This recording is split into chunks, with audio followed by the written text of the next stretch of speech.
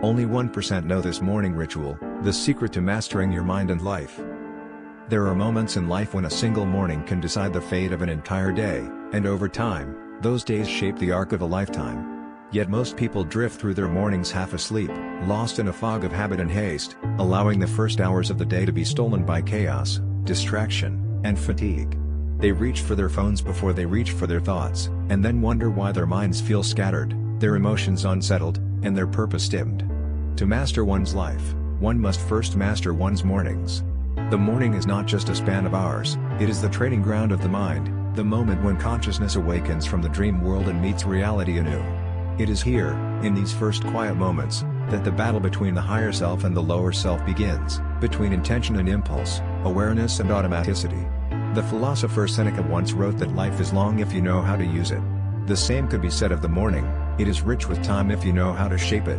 And shaping it begins not with rushing, but with rituals of mastery, deliberate acts that ground your spirit, sharpen your will, and remind your body who is in command.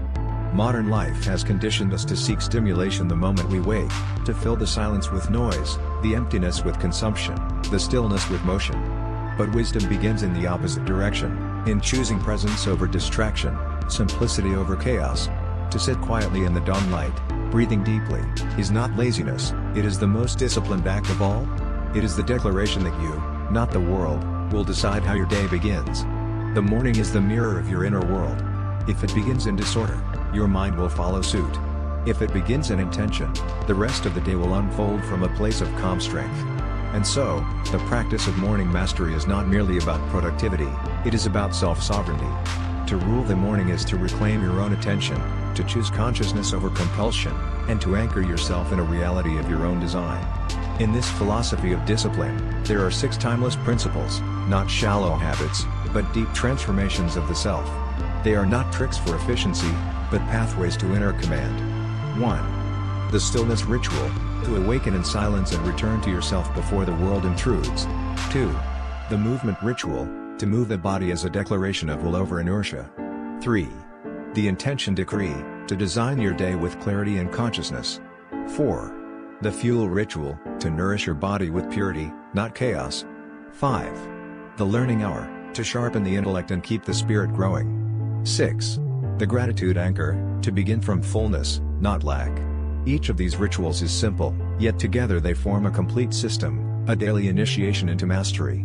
They transform the morning from a blur of reactivity into a sacred space of creation. When practiced consistently, they become not just routines but reflections of one's philosophy, the art of living deliberately. The Stoics often taught that the greatest freedom lies in self-discipline. To be free is not to do whatever one desires, but to have the strength to act according to one's values. The morning, then, is your daily test of freedom, a quiet examination of whether you govern your life, or your impulses govern you. Those who master their mornings are not superhuman, they are simply consistent. While others surrender their energy to comfort and distraction, they rise early, breathe deeply, move intentionally, and greet the dawn with presence. In doing so, they earn a kind of inner authority that cannot be faked, the authority that comes from keeping one's own word. To master your morning is to declare that you will no longer live by accident. You will no longer drift into the day as a victim of time, emotion, or circumstance. Instead, you will meet each sunrise as a warrior meets the battlefield, calm, centered, and prepared. The following pages will unfold each principle in depth, revealing not just what to do, but why it matters. For when you command the first hour, you command the mind, and when you command the mind, you command life itself. The first battle of the day is not with the world outside, it is with the noise within. Before we even rise from bed, our minds often awaken into a storm, the residue of yesterday's worries, the anticipation of today's demands, the endless stream of thoughts pulling us in every direction. It is in this fragile threshold between sleep and wakefulness that the stillness ritual begins, a deliberate act of returning to oneself before the chaos of the world begins its claim. Most people open their eyes and immediately surrender to distraction. Their first gesture is not a breath, but a reach, for the phone glowing on the nightstand, for messages, for validation, for noise. In that single unconscious motion, they trade serenity for stimulation, presence for reactivity. And just like that, their day no longer belongs to them. The stillness ritual is the antidote to this unconscious surrender. It asks only one thing, that you begin your morning in silence, without screens, without words, without the world. Simply sit, breathe, and meet the quiet that has always been waiting beneath the surface of your thoughts. It may feel unfamiliar at first, even uncomfortable. The mind, untrained, rebels against stillness because it fears its own reflection. But with practice, silence becomes not an emptiness to escape, but a space of renewal, the calm from which clarity is born. This ritual is not about meditation in its formal sense, though meditation may be part of it. It is about awareness, the gentle recognition that before you step into the noise of the day, you have the power to choose your inner state. You can choose peace over panic, focus over distraction, composure over haste. The Stoics called this practice premeditatio matutina, the morning preparation. They believed that the soul, like the body, must be trained each day for life's trials. To begin the day without stillness is like going to battle without armor. Every minor inconvenience becomes a wound, every obstacle a catastrophe. But to begin from silence is to carry within you a fortress of calm that no chaos can breach.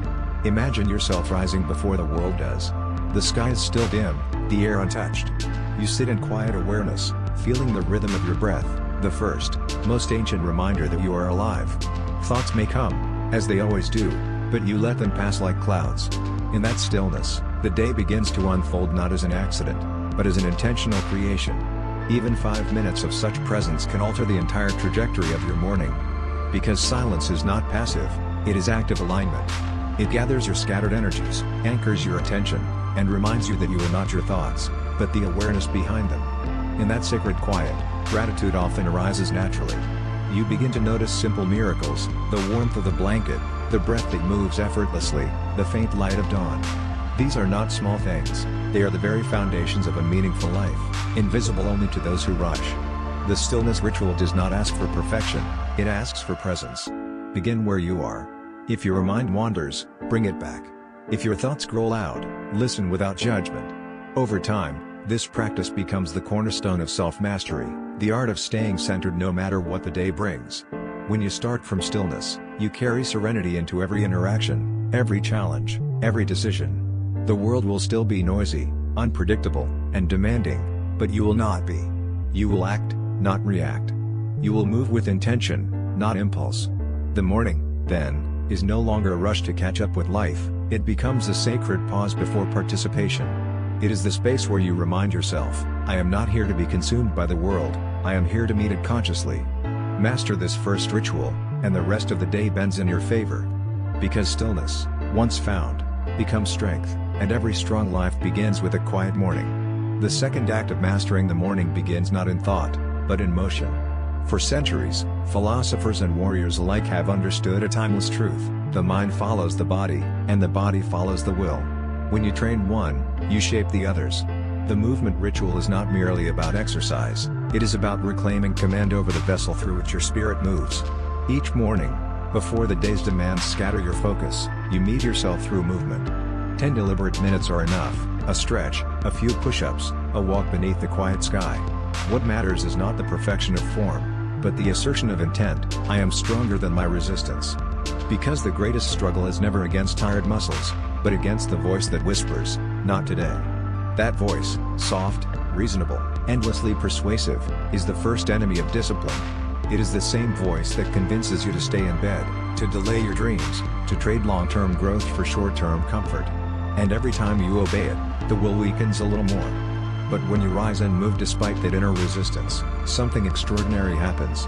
You build an invisible momentum, the kind that ripples through the rest of your day. The act of moving becomes a declaration: I am not ruled by inertia. I choose action over apathy. In that moment, your body becomes a mirror of your inner state. A sluggish body reflects a scattered mind, an awakened body calls forth clarity and power. It is no coincidence that every wisdom tradition, from Stoicism to Zen, has emphasized physical movement as part of spiritual discipline. The warrior trains not for vanity, but for presence. To be in command of one's body is to be in command of one's energy, one's focus, one's destiny. When you move in the morning, you are not just exercising muscles, you are shaping identity.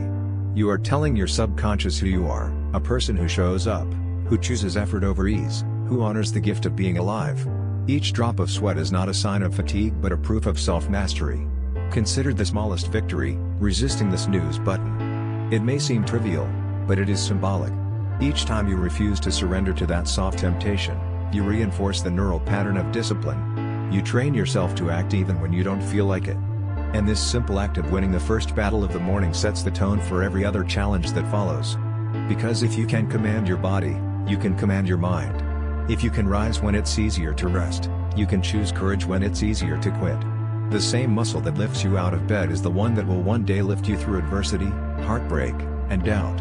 The movement ritual does not require a gym, fancy equipment, or long hours. What it demands is sincerity, the willingness to meet your body where it is and to honor it through motion. To stretch, to breathe deeply, to awaken the life force within you. These are not small gestures, they are sacred affirmations that say, I am here, fully alive, fully capable. As you finish your brief practice, you stand taller, not merely because your posture has changed, but because something within you has realigned. The mind is clear, the blood flows freely, and the will feels sharpened. You have already achieved something before the world has even begun to stir. In those first 10 minutes of movement, you have conquered far more than your body, you have conquered hesitation itself. And that, more than any exercise routine, is what strengthens the will. The day is now yours to command. The energy you've cultivated becomes the foundation upon which every thought and action will rest. The body is awake, the mind alert, the spirit ready. You have proven, once again, that victory begins not with luck, but with discipline. There are two kinds of mornings, those that happen to you, and those you consciously create.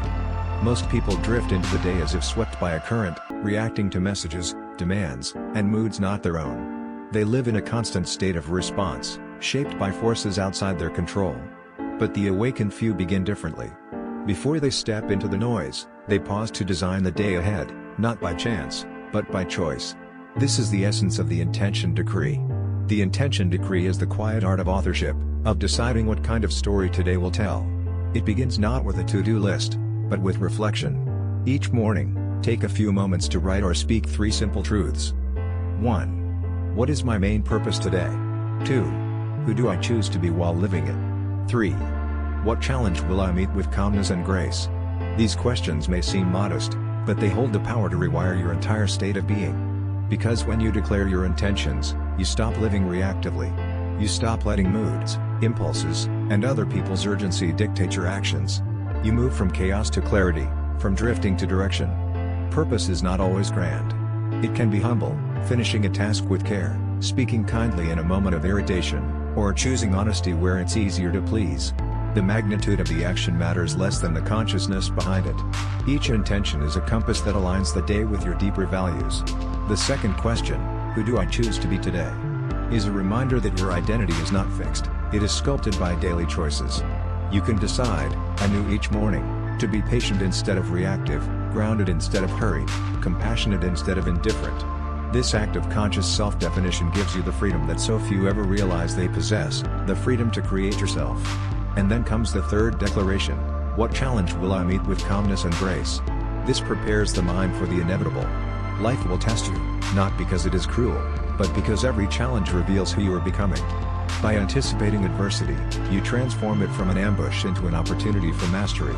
When the moment comes, the delay, the misunderstanding, the disappointment, you do not crumble, for you have already rehearsed your piece. This ritual takes only a few minutes, but it plants deep roots in the subconscious. The human mind, once directed, seeks to fulfill what it believes to be true. The thoughts you write each morning are not idle words, they are seeds that guide perception, attention, and energy. Neuroscience now confirms what ancient mystics intuited, the brain filters reality through the lens of intention. You see what you seek. You become what you repeatedly declare. Imagine beginning your day with this kind of clarity. Instead of scrolling through chaos, you sit with a pen and a few quiet breaths. You decide what matters most. You choose your posture toward life. You design your inner weather before stepping into the world's storms. It is an act of quiet rebellion, a refusal to live unconsciously. The intention decree is not about controlling life, but about aligning with it. It's the bridge between thought and destiny, between wish and will. It transforms every morning into a sacred ceremony of creation. And when you rise from that moment of intention, the day unfolds differently. Conversations flow with purpose. Tasks feel meaningful. Even obstacles lose their sting, for you meet them with awareness rather than resistance. You are no longer drifting, you are directing. That is the quiet power of the intention decree. It turns the ordinary into the intentional, and the intentional into the extraordinary. No empire can stand on a weak foundation. And the same is true of the human spirit. The body is the vessel through which every dream, every discipline, every act of will must pass. Yet too often, we treat it as an afterthought, rushing through mornings with caffeine and sugar, mistaking stimulation for strength. The fuel ritual invites us to return to a more sacred understanding, that how we nourish our body shapes the clarity of our mind and the quality of our being. This ritual begins not with food, but with respect. Respect for the quiet intelligence of the body that keeps us alive without demand or complaint. When you first awaken, before coffee or screens, offer your body the simplest form of gratitude: water. A glass of pure water is more than hydration. It is a symbolic cleansing, a way of saying, I begin the day in purity and balance. It resets the inner rhythm that sleep and dreams have slowed, preparing you to meet the day with vitality rather than fatigue. Then, choose nourishment that sustains rather than excites. The modern world glorifies quick energy, sugar-laden breakfasts, caffeine jolts, processed comfort. But these are false fires. They burn brightly and briefly, leaving behind ashes of anxiety and exhaustion. The fuel ritual teaches moderation and mindfulness instead: whole foods, proteins, healthy fats, fruits, the kind of nourishment that calms the body instead of inflaming it. Because when the body is at peace, the mind follows. The ancient philosophers understood this deeply.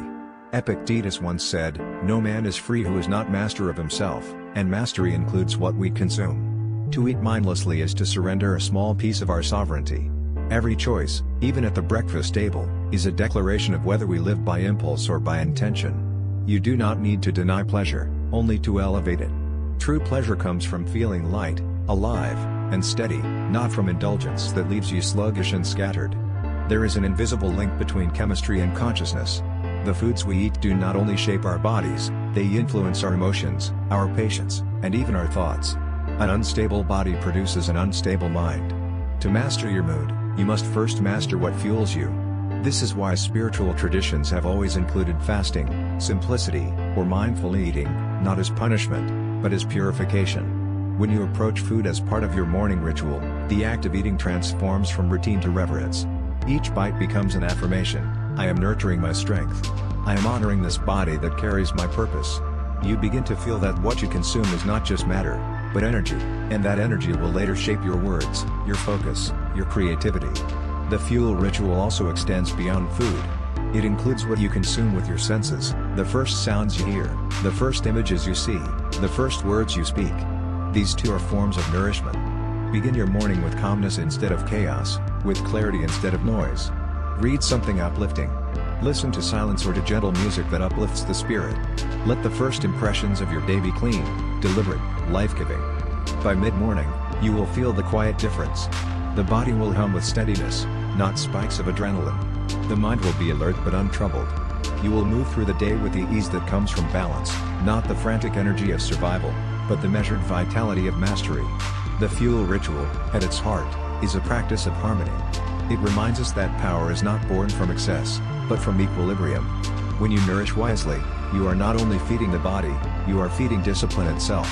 And from that discipline flows every other form of freedom. Once the body has been awakened and nourished, the next step in mastering the morning is to awaken the mind. The learning hour, though it may last only 15 minutes, is the time you devote to sharpening your intellect and feeding your inner world. It is the quiet discipline of continuous growth, the conscious refusal to let your thoughts grow dull in a world that numbs them with noise. Every day you learn, you live twice, once through experience, and once through reflection. Without learning, life becomes repetitive, reactive, mechanical. We drift from day to day, repeating old patterns and mistakes, mistaking movement for progress. But when you dedicate even a short time each morning to study, contemplation, or journaling, you begin to carve meaning from motion. You transform existence into evolution. The learning hour is not about gathering information, but about cultivating wisdom. In a world overflowing with data, true learning is not what you consume, but what transforms you. Read a few pages from a timeless book: philosophy, poetry, psychology, spiritual teachings. Listen to a lecture that stretches your thinking. Or sit quietly with your journal, distilling lessons from yesterday's experiences. The goal is not to fill the mind, but to refine it. Imagine a craftsman tending to his tools each morning before he begins his work. The philosopher does the same with his mind. These moments of deliberate sharpening ensure that, when life presents its challenges, you do not meet them with blunt understanding, but with precision and clarity. You are no longer reacting from old habits, you are responding from new insight. 15 minutes may seem small, yet its effect compounds invisibly over time. 15 minutes a day becomes 90 hours a year, 90 hours of inner construction. While most people use the time scrolling through the trivial, you are fortifying the architecture of your mind. Slowly, quietly, you rise above the noise, not through superiority, but through depth. This ritual also carries a spiritual dimension. To learn each morning is to honor the truth that life itself is a classroom, that every moment, every person, every difficulty arrives as a teacher. When you cultivate the habit of learning, you no longer resent challenges, you recognize them as lessons in disguise. Your failures become books written in your own handwriting. Your triumphs become study notes for humility. There is something sacred about starting the day with thoughtfulness. As the world rushes into action, you choose to pause and reflect. You remind yourself that strength without wisdom becomes recklessness, and ambition without understanding becomes blindness. The learning hour keeps you anchored in perspective, reminding you that knowledge is not power until it is lived. And yet, this practice is not only intellectual, it nourishes the soul. To learn is to remember that you are still growing, still becoming. It awakens the inner child who once looked at the world with curiosity and wonder. It keeps your spirit alive, vibrant, open. Even on difficult mornings, this small act rekindles a sense of meaning, a whisper that says, you are progressing, even in stillness. Over time, you will notice a quiet shift. Your words will carry more weight. Your reactions will soften into responses. Your decisions will stem from reflection, not impulse. You will become, gradually and inevitably, a person of depth, one whose peace is rooted in understanding. That is the gift of the learning hour. It is not an academic ritual, it is a spiritual one. It reminds you that the mind, like the sword, grows dull when left unattended, and that a sharp mind cuts through confusion, illusion, and fear. To learn each morning is to stand once more at the edge of possibility and declare, I am still a student of life. And that declaration, whispered in the stillness of dawn, is one of the purest forms of awakening. Most people begin their mornings by scanning for what is missing. Before their feet even touch the ground, their minds are already busy tallying what they don't yet have, what went wrong yesterday, or what might go wrong today. They wake not into the freshness of a new dawn, but into the residue of lack, a mental fog of comparison, dissatisfaction, and subtle resentment. This quiet poverty of spirit is how so many days are lost before they even begin. Gratitude is the art of reversing that pattern. It is not mere positivity or blind optimism, it is the deliberate act of seeing what is instead of obsessing over what isn't. It turns the morning from a battlefield of anxiety into a sanctuary of presence. When practiced properly, gratitude becomes not a fleeting emotion, but a state of strength, a clear and grounded awareness that life, despite its imperfections, still gives you enough to stand, to breathe, to choose, to try again. The practice is simple, but profound. Each morning, before you open the door to the world, write down 3 specific things you are grateful for. Not vague ideals like family or health, but vivid, tangible details that awaken your senses and memory. Not my family, but the sound of my daughter's laughter echoing in the kitchen yesterday. Not my health, but the quiet blessing of walking without pain this morning. Such details transform gratitude from abstraction into embodiment. They make the invisible, the small, quiet moments that truly shape a life, visible again. This ritual reconditions the mind. Gratitude softens the survival reflex that constantly looks for threats or insufficiencies. It reminds you that even amidst uncertainty, there is stability, amidst loss, there is still something left to hold. Gratitude is not denial of hardship, it is the refusal to let hardship define your consciousness. When you begin your day with thanks, you claim authorship over your emotional state before the world can dictate it for you. Over time, this gratitude anchor becomes exactly that, an anchor for the mind amid life's inevitable storms. When conflict arises, when plans unravel, when fatigue sets in, your mind instinctively returns to that rooted sense of sufficiency. You remember that peace is not the absence of problems, but the awareness of blessings that persist even in their presence. To live without gratitude is to drift endlessly in a sea of desire, always chasing, never arriving. But to live with gratitude is to awaken each morning already home. It shifts your focus from what you like to what you have the privilege to experience. And that single shift changes everything: your energy, your interactions, your choices, even the way you breathe. So tomorrow morning, before the noise begins, pause. Feel the weight of your body supported by the bed beneath you. Listen to the quiet. Breathe deeply. Then write, not to impress, not to perform, but to remember. 3 small things. 3 reminders that, even now, life is giving. Gratitude does not erase your struggles. It empowers you to face them from a place of fullness rather than deficiency. It is how the awake and few begin their day, not waiting for perfection, but recognizing that strength, peace, and meaning are already here, quietly waiting to be noticed. To be grateful is to be powerful, because no one can take from a heart that already knows it has enough. Thank you for watching until the end of the video. Don't forget to like and subscribe to the channel to watch more interesting videos.